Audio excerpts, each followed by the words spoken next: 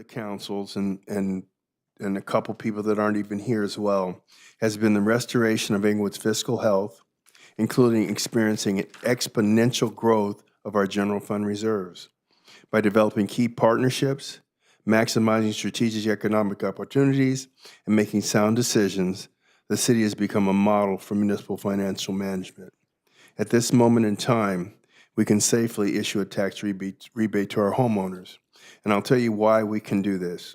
We've gone from zero in our reserve fund to, at the time this report was written, an estimated 130 million. We just got our preliminary audit, and it looks like it's going to be closer to 150 million. But that we do not want to spend our reserves for what we call this dividend for our shareholders, our residents.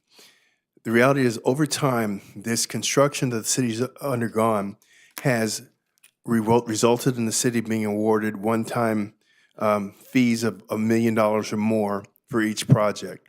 Now, those impact fees are the impacts felt by the residents, by the traffic that comes to the city, by the inconvenience of parking, and those one-time payments have accrued in our general fund reserves.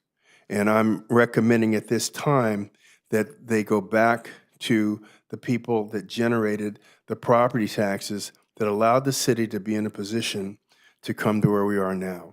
And that's why I'm asking the council's concurrence that we make this one-time award of a relief payment of $500 to every single property residential owner and multifamily owners that are residents inside their duplexes or is it triplexes or quadplexes? I believe it's up to 4 units. Up to 4 to quadplexes that live in the property. Make a comment? Sure. Go right ahead. Okay, thank you, Mayor. You know, again, just echoing what the mayor said, and just to let our folks know here in the city of Inglewood, you know, we're talking about, what, $5.75 million that we're, you know, going to get back to help some of these property owners do some things that they can get done that maybe they couldn't, you know. But again, how many cities do this? None. Right?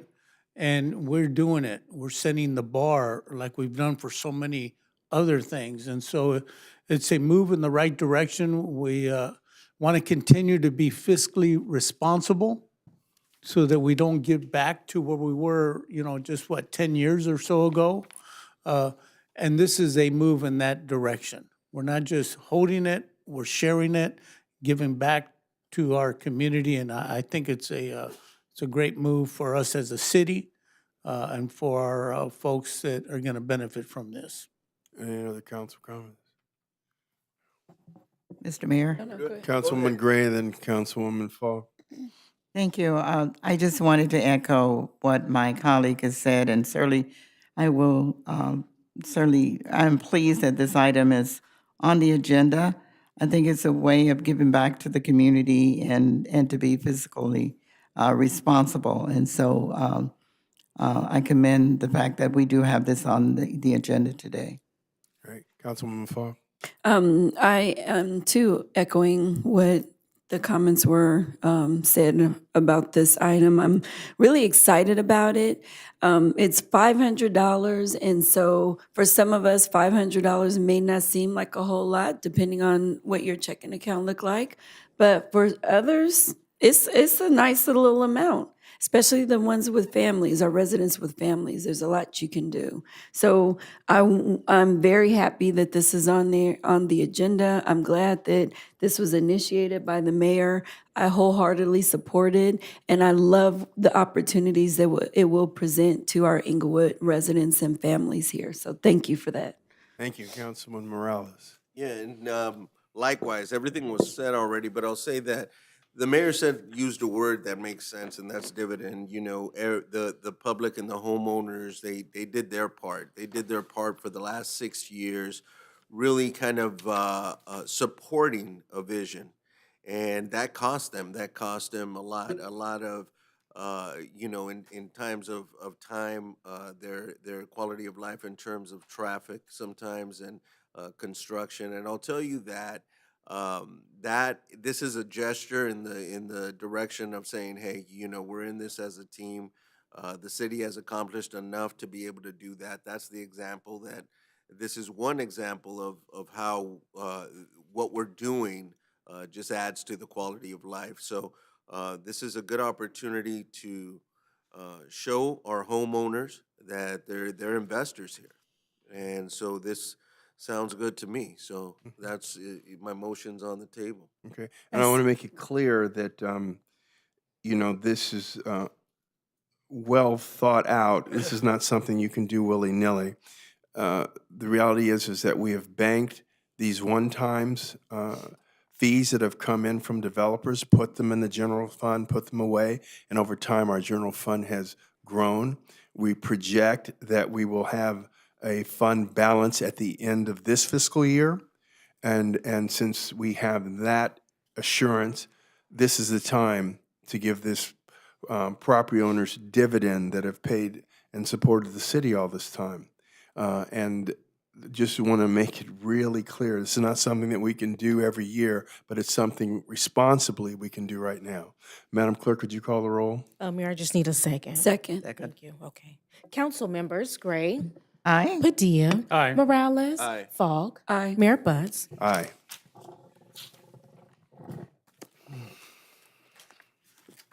I'm tired. Let's see. Let's see. So now we've done CI 1.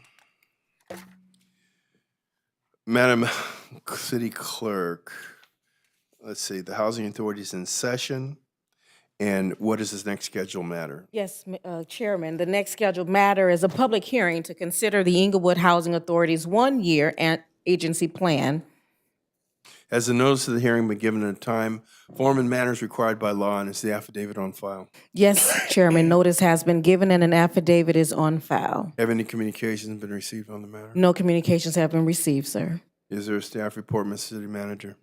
Yes, there is, Mr. Mayor. I will have Mr. Roberto Chavez, our housing manager, give that report. Thank you. Welcome, Mr. Chavez. Good afternoon, Chairman. Thank you, and welcome, board members and members of the public. Thank you for your time and attention. I prepared a brief slide presentation to walk us through the annual agency plan. The purpose today is our public hearing to consider the Housing Authority's 2024 annual agency plan as part of the 2020 through 2025 five-year annual agency plan. This agency plan will become effective October 1st of 2024. Next slide, the purpose. It's required by HUD for continued Section 8 funding since 1998. The five-year plan describes the mission, the long-range goals and objectives. The annual plan addresses the immediate needs, strategies, and operations. The contents of the agency plan describes the missions, which is to promote adequate and affordable housing, economic opportunity, and sustainable living free from discrimination. Some of the highlights from the plan, we will be applying for additional special purpose vouchers, maintain a high performer status, implement streamlining measures granted by the Housing Opportunities through Modernization Act, which is also abbreviated as HOTMA of 2016. Utilize the authority to preserve affordable housing through the project-based voucher program. Expand housing opportunity through selecting families from the Section 8 waiting list that currently contains about 1,000 families. Perform quality control inspections to verify that families are living in decent, safe, and sanitary housing. Monitor the Housing Choice Voucher payment standards to assure that low-income households are not overly rent cost burden. New activity. Some of those include, but are not limited to, mainstream vouchers. We were awarded 75. Veterans Affairs Supportive Housing, we were awarded 50 vouchers. Emergency housing vouchers, city was awarded 91 emergency housing vouchers. And project-based voucher awards. Those awards include 60 project-based vouchers to 400 Centinela Avenue, 30 project-based vouchers to 304 East Spruce Avenue. Those developments are in early stages of construction or approval process. Implement small area fair market rents provision. Agency plan preparation. It was developed using the CDBG Consolidated Plan, the Section 8 Administrative Plan, waiting list and participant data. The agency plan was shared with the Resident Advisory Board, which is referred to as the RAB, and the agency plan has been on display for 45 days. The recommendation is that we conduct a public hearing, approve the annual agency plan, and authorize the chairman to sign the resolution and execute required certification forms for submission to the Department of Housing and Urban Development. With that, I'd be happy to take any questions. Okay, this is time for public comment. Are there any members of the public that wish to comment on that excellent presentation? Thank you. All right. Hearing no comment, we're ready for council actions. Is there anyone who wants to move to? Move adoption. Second. Madam City Clerk. Housing Authority members, Gray, Aye. Padilla. Aye. Morales. Aye. Fogg. Aye. Chairman Butts. Aye. We'll adjourn the Housing Authority. There are no appointments to boards, commissions, and committees. Public comment regarding other matters. Any persons wishing to address the city council on any matter connected with city business not elsewhere considered on the agenda may do so at this time. Yes, ma'am.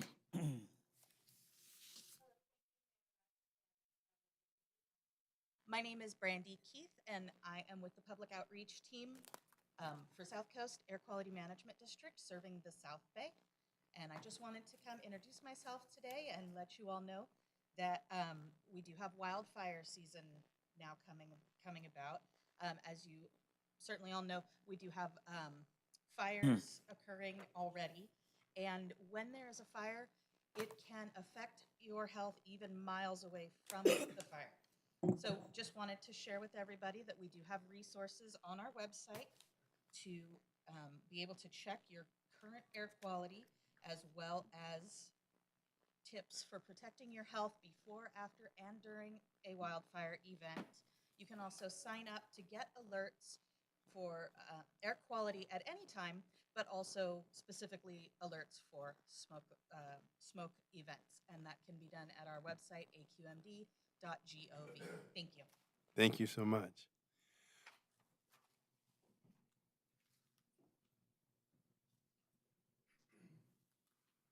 Hello, my name is Scott Yanofsky. I've been working in Inglewood since Mayor Weinstein was down here. And, Oh, man, that's a long time. I've been working here that long, too. Go ahead. Mayor Butts, my neighbor says hello, Jack Driscoll, Oh, my goodness. and my fellow Rotarian walking partner, Mark Burton, also says hello. All right, thank you. So I've had property working on, have apartment buildings down there, condos down there over the years.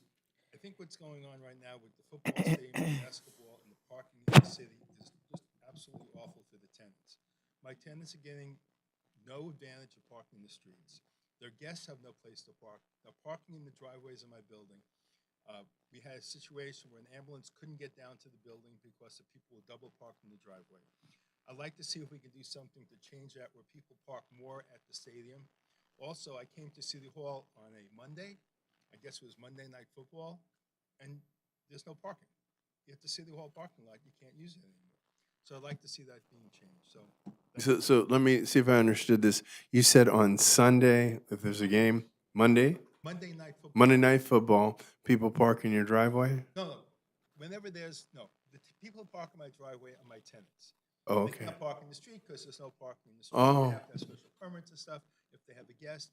So that's one situation. The other situation, I came to City Hall on a Monday afternoon, and I couldn't park here because you now lease this out to, I guess, private parking for the football stadium. On Monday afternoons. Yeah. So there's Monday afternoon games? Mr. Mayor, it's if there's a Monday night game, Monday night game. they do sell the parking, And I know we do that. which is very rare, by the way. Yeah, okay, so you're saying when we have Monday Night Football, I don't they know park, where- I don't know how often it happens. and that's once in a blue moon, but you're right about that. We do allow people to park in the parking structure and shuttle over, you're right. Quick question. Go ahead. On a Monday night, when there's a game, what time do we start allowing people to use up our park? I'd have to get back with you on that, but I know it's at least a couple hours before the game. Yeah. Makes sense. So Okay, we'd have to probably save a few for the public, just in case someone visits between 3 and 5, right? Yeah, we should. that's a steep promise, buddy. Yeah. Steep promise. No, but I mean, we should though. Yeah, I We get should, it, but because I don't know how we're gonna because do if it. people are actually showing up, well, I don't think we need much. We yeah. just save 5 or 10 for 2 hours, no big deal. Okay. But I So, think so, that's but let fine. me get this, what I'm more concerned about, you say there is permit parking in your neighborhood. There is. This is on Hillcrest, Okay. a block from here. What's the cross street? What's the cross street with Hillcrest? Regent, Mhm. by where the IHOP used to be, Oh, okay. right? So people are parking in the driveway. Guests are parking in the driveway. There's no parking, I guess you have to have parking permits now. Yes, sir. You have to arrange that way in advance. If you don't know your guests are coming, then But that's, and so that's kind of why we give them the dividend, because there is an inconvenience of being a destination city. However, what we want to do is work with you to get your residents signed up for permit parking so that they can have priority for the parking on your street. Now, I don't see Bill Thompson here, but however, if you leave your phone number with the good-looking sergeant at arms, then someone will call you and we'll get your residents signed up. thank All you right, very much. thank you. All right. Are there any other comments? Okay. This is what it is. Let's go. Yeah, I kind of figured that you were going to be a public comment.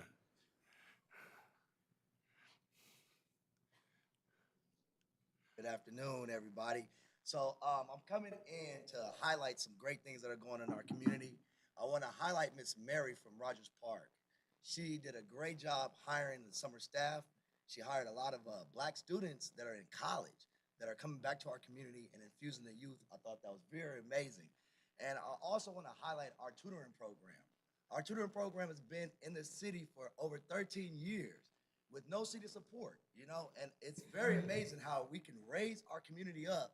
And it's like our program is growing ecstatically, not only in the city of Inglewood, but outside the city of Inglewood. And we're heightening up the city of champions directly. And I would love to have some support from the city, like not just like, coming to our event and taking pictures, but actually like sitting down with us at a round table, working with us on budgets, because the school district, we get grants to come to bring our services to the school district, but the school district can't afford to just say, we want to give you 6 schools without creating an RFP. But the city can support us with these different type of opportunities. And so I would love to have the support from the city because our program is growing ecstatically. The students need the education. And so the partnership is there, but we just got to lock in with each other. So I appreciate the time. Let's keep on balling out and keep on making the city of champions amazing. No, sir. No, sir. Did you mean it was growing exponentially? Ecstatically, exponentially. All right. It's a lot. I got it. Okay. I got it. It's a lot. Okay. Shout out Miss Mary. Okay. Miss Mary's We love Miss Mary. She does a great job. Is there any other public comment? Hey, with that, we'll close public comment and we'll go to council comments. Councilwoman Gray.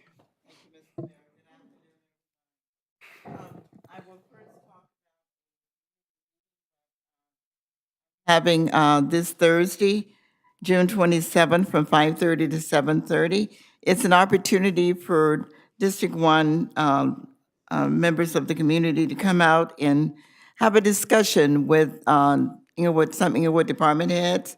We will have representatives from LAWA. I've heard about some issues with LAWA from the community.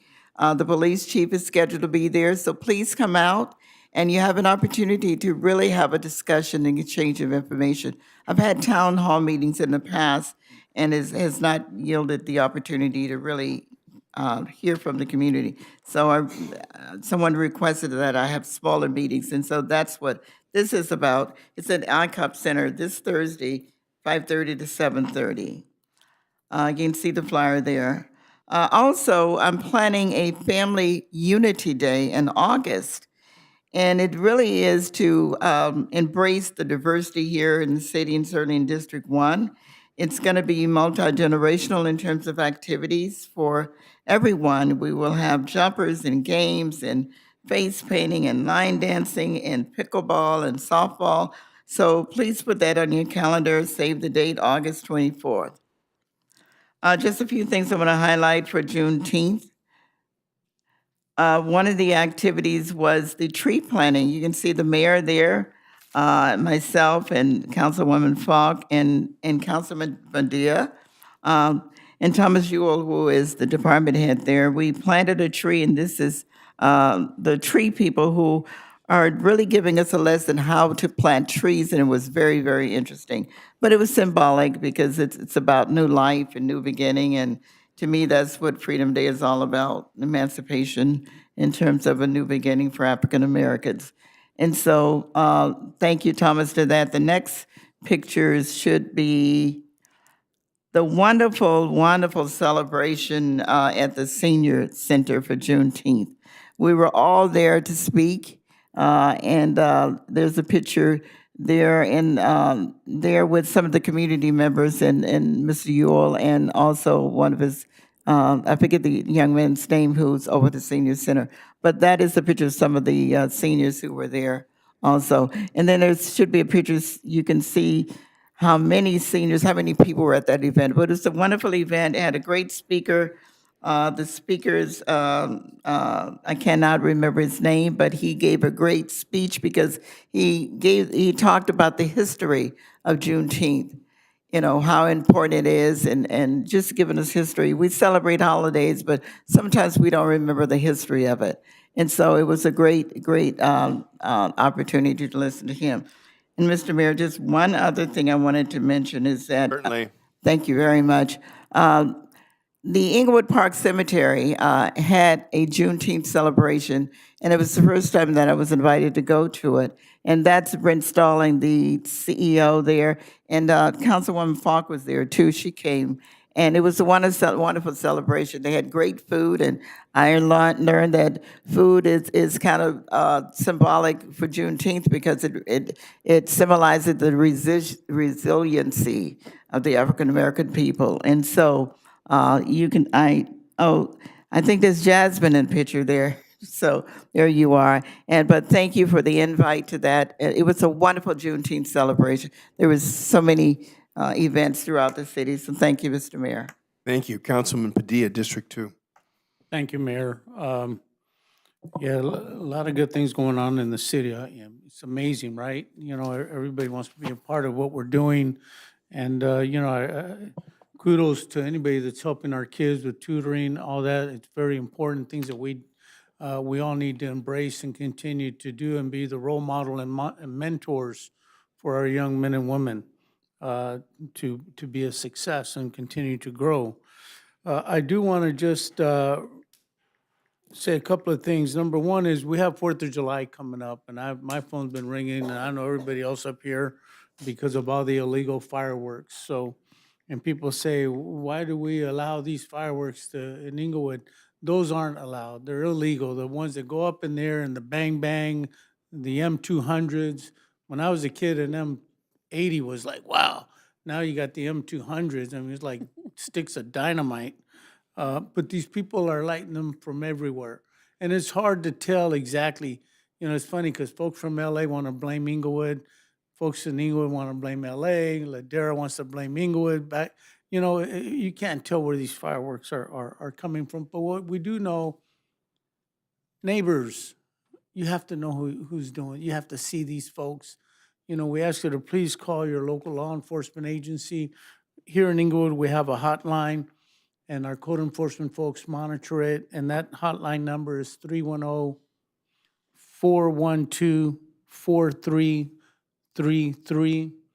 You can remain anonymous, but we just want to be able to try to get to these folks that have these illegal fireworks that are causing havoc in our communities, in all of our communities, whether it's for folks with PTSD, our pets. You know, it's just something that, you know, don't even do it. You know, the safe and sane fireworks, they're legal. They're the ones that stay on the ground. They don't leave the ground. So just word to the wise, if we catch you, we're going to enforce the laws as much as we can. I do want to also say that this coming Saturday night, if you're looking for something to do with your kids, come on down to Vincent Park. We got movies in the park. This Saturday night at dusk is Trolls. There's going to be a Trolls dance before the movie even starts. So come on out with your family, bring the kids. It's just a fun-filled evening here in the city of Inglewood. And then also, if you're in the chili cook-off mode, let me know. Call my office, 310-412-8601. I got the chili cook-off coming on Saturday, August 17th, along with my District 2 picnic. And then Mayor, if you could just close in the memory, and I'll give you this, LA County firefighter Andrew Pontius was killed last week in the line of duty. There was an explosion at the fire. And so our thoughts and prayers go out to Chief Maroney, all the men and women from LA County Fire Department, and to his family. Devastating. May his soul rest in eternal peace. Thank you. Thank you. Councilwoman Dion Falk, District 4. Thank you, Mayor. I too want to express my condolences to the firefighter who lost his life. Very unfortunate. I want to acknowledge and lift up all of the Juneteenth celebrations, and I know Councilwoman Gray did a great job, but we had a lot of celebrations. As you know, Juneteenth is a federal holiday, but it is not a state holiday.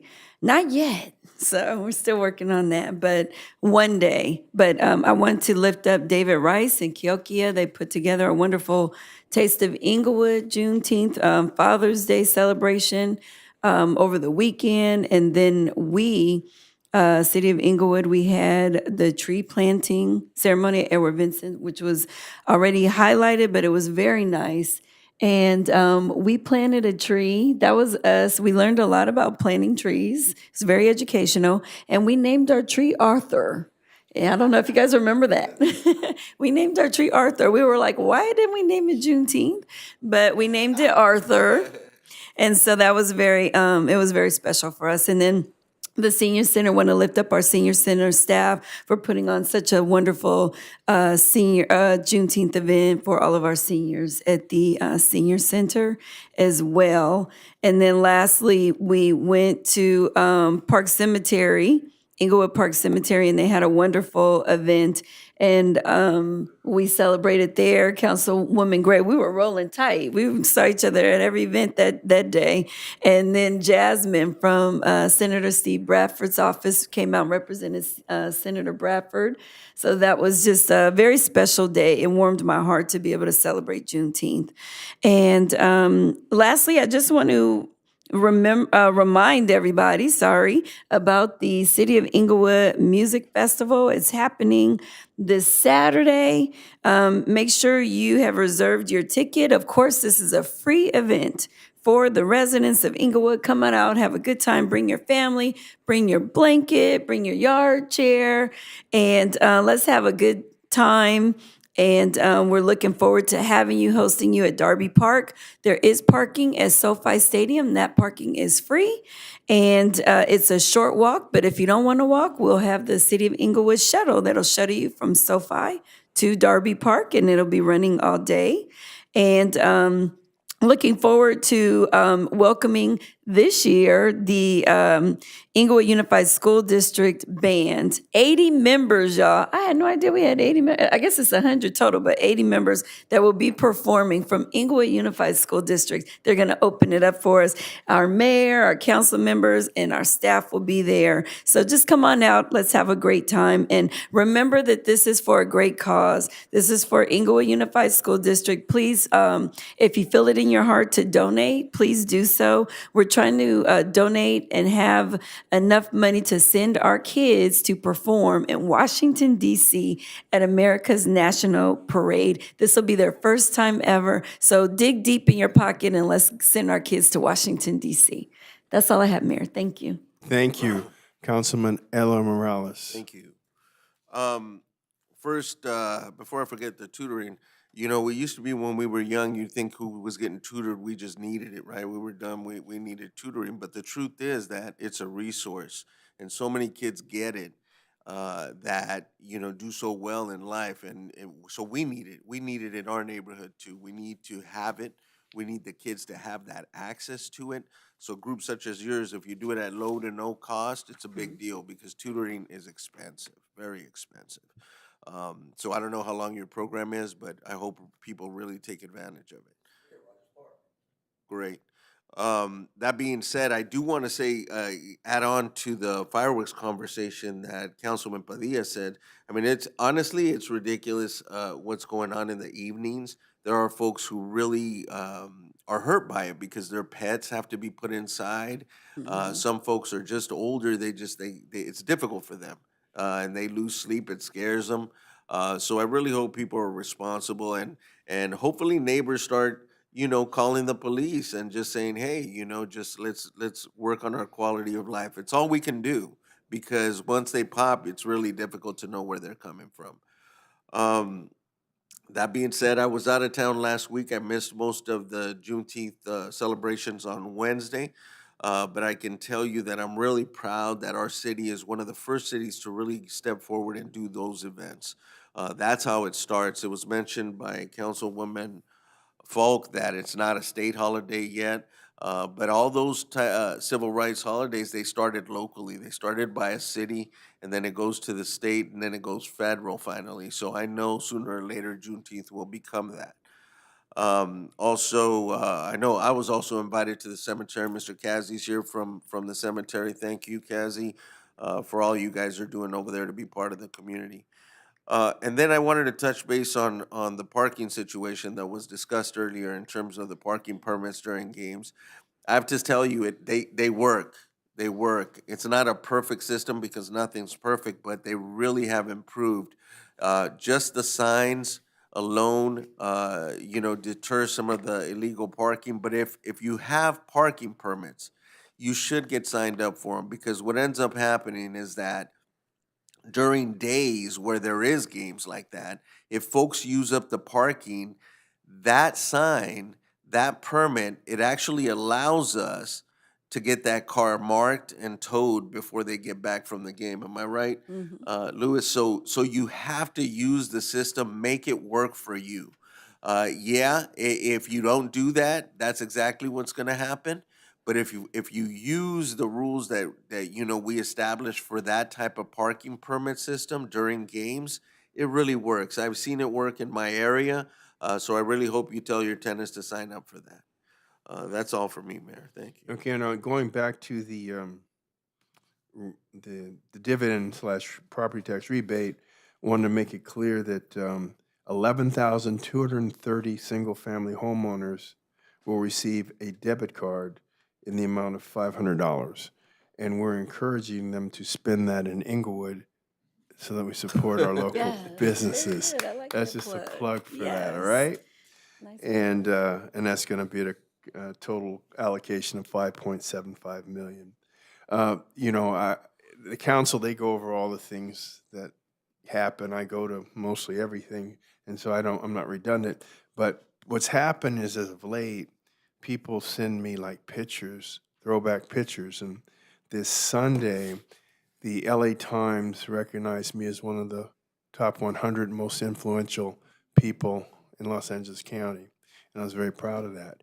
And so people send me pictures. So they send me a picture like Byron Scott, and that's him when he was in Inglewood High School, and he had a natural then. We both had hair then, and he's one of our Inglewood champions. He was him, Lisa Leslie, Paul Pierce, and he's somebody that's still around the city, does things here, and I just wanted to recognize him. And then somebody sent me a picture of myself from 1992 when I was in New York. I was the chief of police. I was at the Chiefs Conference, and I just like to see myself when I was young. It makes me nostalgic. Okay.